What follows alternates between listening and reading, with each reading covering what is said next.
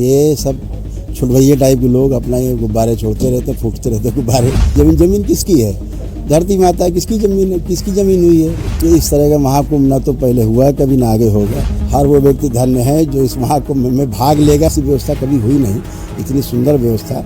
ना कोई कष्ट है, ना भय है, हर चेहरा प्रफुल्लित है, हर आदमी बिल्कुल मस्त घूम रहा है। हम सभी धन्य हैं कि वो हम सबके मुख्यमंत्री भी हैं और सदा बने रहें।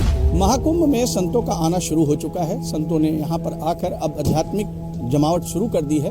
तमाम जगहों से संत आ रहे हैं, देश विदेश से भी लोग आ रहे हैं, कानपुर से भी, करौली महाराज जी भी यहाँ आ गए हैं। और कोशिश यही है संतों की कि यहाँ से अध्यात्म निकलकर पूरी दुनिया में जाए और भारत का नाम बड़े स्तर पर फैलाने की कोशिश है। लेकिन संत जब यहाँ आते हैं तो उनको यह भी सुनाई देता है कि ये ज़मीन वक्फ बोर्ड की है, यहाँ पर संत का आना उचित नहीं था, ये ज़मीनें भी विवादित हैं। तो क्या इन सब बातों को देखकर ये नहीं लगता कि अपना भारत सनातन को छोड़कर दूसरी दिशा में जाता दिख रहा है? नहीं, वो बहुत छोटी बातें, वो अच्छी बातें हैं। इस महाकुंभ पर इन सब बातों का कोई प्रभाव नहीं पड़ता।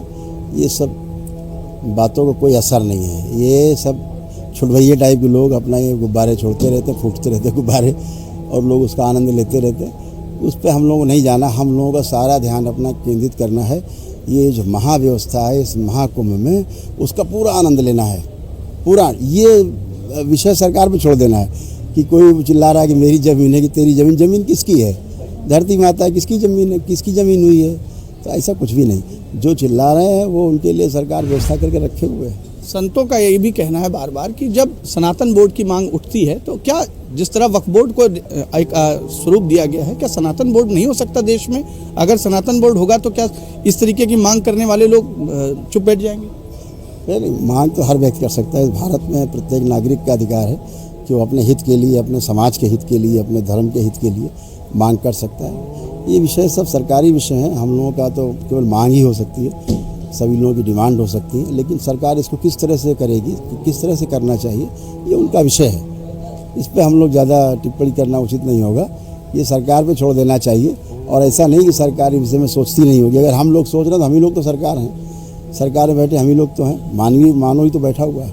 एक मानव के लिए, एक मानवीय व्यवस्था के लिए अगर कोई व्यवस्था बनाएगा तो मानव बनाएगा। सरकार बैठे हुए लोग मानव ही हैं, तो ज़रूर इस दिशा में कुछ ना कुछ तो सोच ही रहे होंगे। हम लोगों को थोड़ा चिल्ला देने से, बोल देने से ये है कि जरा जल्दी कुछ हो जाएगा, इतनी बात है। बाकी होगा तो जरूर। क्या लगता है इस बार जो सरकार की 2013 की तुलना की जा रही है कि 2013 में और 19 में जो कुंभ हुआ था उससे बहुत भव्य दिव्य है, कितनी सच्चाई है इस बार? कि इस तरह का महाकुंभ ना तो पहले हुआ, कभी ना आगे होगा। भविष्य की आशा भी छोड़ दीजिए। ऐसा महाकुंभ जो हो रहा है, हर वो व्यक्ति धन्य है जो इस महाकुंभ में भाग लेगा। नहीं भाग ले पा रहा, घर में बैठी टेलीविज़न में देखे, उसमें भी अपने को शामिल समझे, अपने को पूरी तरह लगे कि हम कुंभ में ही बैठे हुए हैं। और आज सबसे बड़ी सफलता इस बात की कि गांव-गांव, गली-गली में प्रत्येक व्यक्ति, प्रत्येक घर में इस बात की अभिलाषा है लोगों को कि भैया हम भी महाकुंभ में पहुँचें। क्योंकि यहाँ की जो दिव्यता, भव्यता है, हम लोग देख ही रहे हैं, रोमांचित हैं हम लोग हर तरह से देख करके। ऐसी व्यवस्था कभी हुई नहीं, इतनी सुंदर व्यवस्था। ना कोई कष्ट है, ना भय है, हर चेहरा प्रफुल्लित है, हर आदमी बिल्कुल मस्त घूम रहा है, किसी के चेहरे भय नहीं है।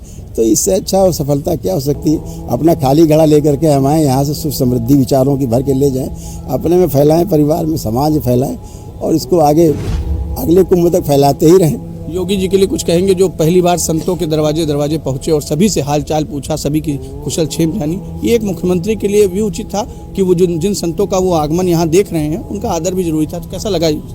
हम सभी धन्य हैं कि वो हम सबके मुख्यमंत्री भी हैं और सदा बने रहें।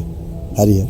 धन्यवाद। ये थे हमारे साथ करौली महाराज, जिनका साफ कहना है कि उत्तर प्रदेश के जो संतों का एक विचार है वो यूपी में ही नहीं पूरे देश दुनिया में फैला है। और यहाँ से अध्यात्म की गगरी भरकर लोग जाते हैं और अपने घर में उत्सव और जो उनके घर की समृद्धि है वो यहीं कुंभ से लेकर जाते हैं। फिलहाल कोशिश यही है लगातार नए नए रंग आपको दिखाने की। प्रयागराज के महाकुंभ से मैं कैमरामैन अनिल कुमार के साथ मैं विजय त्रिपाठी, GMD न्यूज़, प्रयागराज।